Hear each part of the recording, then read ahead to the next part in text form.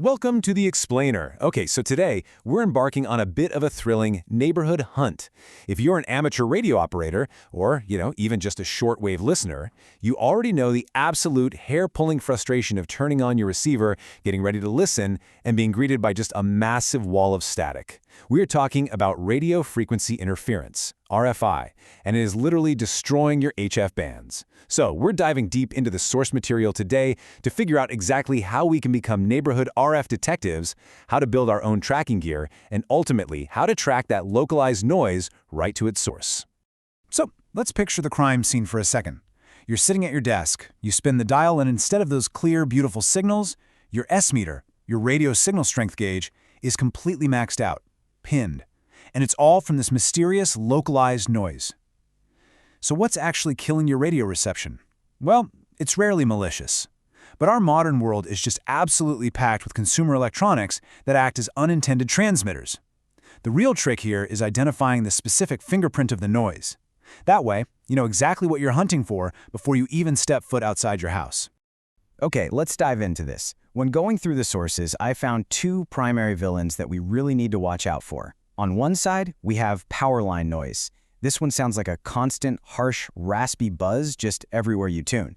It can actually go away during rain or high humidity, interestingly enough. And power companies are technically supposed to fix it, though honestly, they often lack the resources to get to it quickly. On the other side, and this is a real growing menace, we have poorly filtered electronic ballasts from high-power indoor grow lights. These have this distinct, almost burbling sound when they warm up for the first 5 minutes. And because they're used for plants, they operate on strict 12 to 16-hour timer cycles. But here's the crazy part. Unlike standard consumer electronics that kind of fade out after a few hundred feet, a bad grow light ballast can blast RFI for well over 1,000 feet. No joke. Now, to track down these neighborhood polluters, especially in the lower frequency HF bands where that noise is just the strongest, you can't exactly walk around the neighborhood lugging a massive roof-sized directional antenna, right? Instead, the source material highlights a much stealthier gadget. It's the passive, tuned loop antenna. These custom, handheld tracking loops basically act like a magnifying glass for radio signals. The designs outline 3 totally different homemade builds. There's a 24-inch copper loop, a 20-inch aluminum loop, and a slightly smaller 16-inch wire loop mounted on some plastic tubing. What absolutely blew my mind about this is that you can source pretty much all these parts during a quick Saturday run to the hardware store. It's kind of like a scavenger hunt. For example, rigid half-inch aluminum tubing bent to a 20-inch diameter works perfectly, and that gives you about 1.2 microhenries of inductance. Copper tubing is another absolutely stellar choice.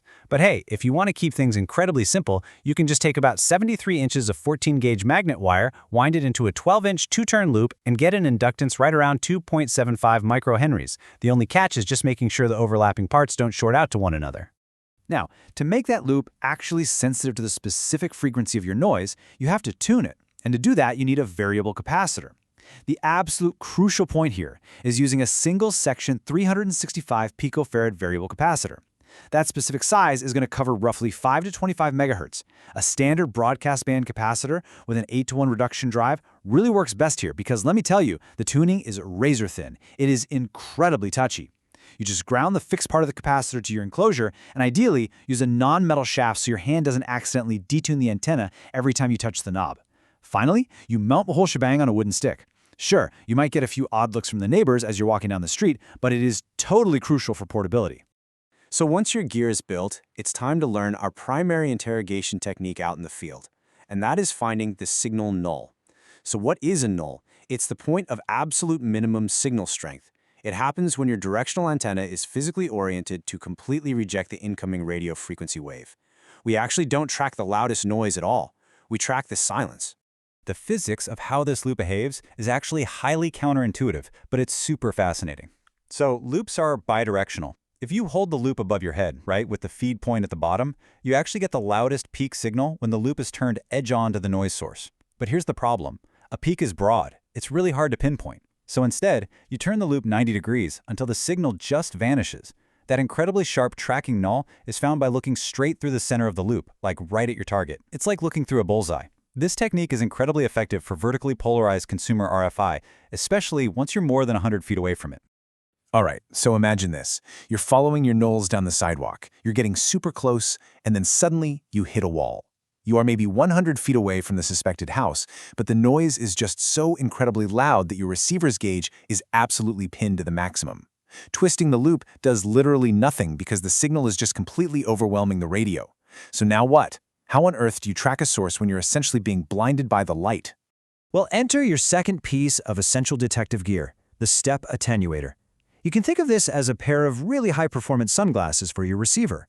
It's a brilliant passive device, which is great because that means it doesn't need any batteries, and it sits right in the feed line between your loop antenna and your radio. It uses a network of resistors to chop down the incoming signal strength in exact, selectable increments. We're usually talking from 1 all the way up to 80 decibels. So let's walk through the tactical workflow for actually using this out in the field. You always want to start your hunt with the attenuator completely off. That way you catch those weak signals right away. From there, it's kind of a tactical dance. You find the null, you walk toward it. And as your meter starts to creep up and get overwhelmed, you dial in more attenuation, usually in 10 decibel steps, just to push the meter back down to roughly half scale. Doing this completely prevents receiver overload and lets you keep finding that precise, razor-sharp null, even when you are literally standing right in front of the offending house. So let's look at how this footwork builds into a complete strategy. Because you really don't want to just wander aimlessly around your neighborhood, you want to use triangulation.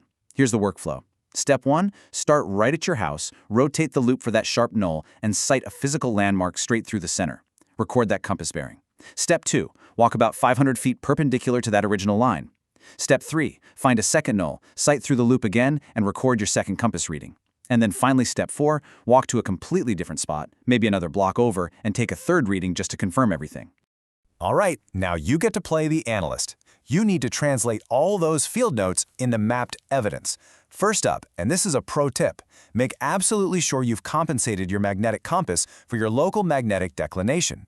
You want your bearings to be true north. Then, go hop online and open up a site like scribblemaps.com. Type in your neighborhood address and use their Draw Lines tool to plot out the exact compass vectors from the physical spots where you were standing. What you're looking for is the exact spot where those long lines intersect directly over the specific property that's ruining your reception. And this brilliantly illustrates a really cool concept called the triangle of confusion. See, because of minor measurement errors or signal reflections or even just the way RF interacts with nearby power lines, your 3 lines on the map are almost never going to intersect at one perfect singular dot. That just doesn't happen. Instead, they form a small triangle. Now, usually, confusion is the absolute last thing you want on a hunt like this. But don't let the name fool you here. This triangle is actually your golden ticket. The offending RFI source, whether it's that grow light ballast or some faulty charger, is sitting right inside, or at least very, very close to, that little triangle on your map.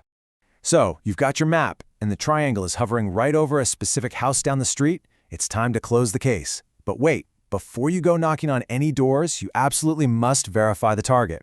Walk over to that location, maybe just stand quietly across the street. Use your loop one last time. If you suspect it's a grow light on a 12-hour timer, try to find out exactly what time the noise starts every single day. Stand outside at that exact time and just listen to your receiver. If you hear that distinct, burbling warm-up sound kick on right on schedule, and your loop's null is pointing straight at their living room window, well, you have absolutely confirmed the source. So there we have it, the complete blueprint hidden right there in the source material. We've seen exactly how to differentiate the types of noise, how to build a super sensitive loop from basic hardware store parts, and how to use attenuation and triangulation to zero right in on the culprit. The power to clean up your local radio spectrum is, quite literally, in your hands. The noise is out there right now, just masking the signals you actually want to hear. So I guess the only question left is, are you ready to track it down?